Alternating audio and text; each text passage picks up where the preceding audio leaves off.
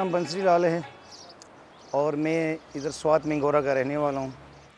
1990 से जो है गुरुद्वारे की ग्रंथी के तौर पे काम कर रहा हूँ। पर्सनली मैं जो होम मेडिसिन का काम करता हूँ। जब स्वात की रियासत इस्टेब्लिश हुई 1919 में, तो ये लोग स्वात और बुनेर को सेफ जान करके यहाँ सेटल होने लगे और आहिस्ता आहिस्ता ये लोग सिखिज़म की तरफ डीप आने लगे और आज उसी लाइन पे तकरीबन कम्प्लीटली चल रहे हैं। सतनाम श्री वाहेगुरु।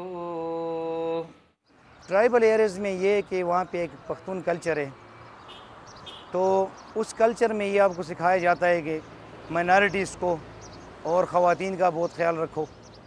ये पिसे हुए तबके हैं, कमज़ोर तबके हैं, तो इस लिहाज से जो है यहाँ पे जो माइनॉरिटीज़ हैं बहुत ज़्यादा खुश हैं पख्तूनों के साथ और आज तक इनको ऐसा कोई मसला ना ट्राइबल में आया है, ना स्वात में आया है, ना बुनेर में।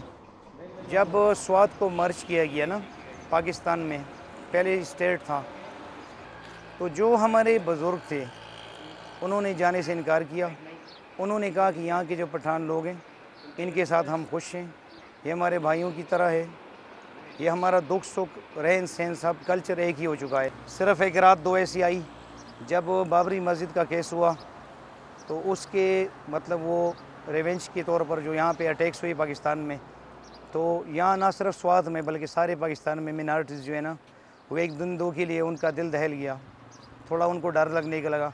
लेकिन एक हफ़्ते 5 दिन में बस फिर वो हालात फिर नॉर्मल हो गए। पर्सनली तालिबान ने हमें ना मुखातिब किया है, ना ही उन्होंने हमें कुछ कहा है कि ये करो वो ना करो। ख़वातीन पर्दे में कहीं भी आ जा सकती थी, गुरुद्वारा खुला था। जितने भी कारोबारी लोग हैं उनका कारोबार दूसरे लोगों की निस्बत, दूसरी कम्युनिटी की निस्बत ज़्यादा अच्छा चलता है, मतलब बराबरी से भी ज़्यादा है। 100-200 साल से हम रह रहे हैं, तो कोई छोटा मोटा वाक़या भी ऐसी कन्वर्जन का या फोर्सफुल कन्वर्जन का नहीं हुआ, तो ऐसे डरने की कोई बात नहीं है। जब इस मुल्क का मुस्तकबिल रोशन होगा तो हमारी कम्युनिटी का होगा।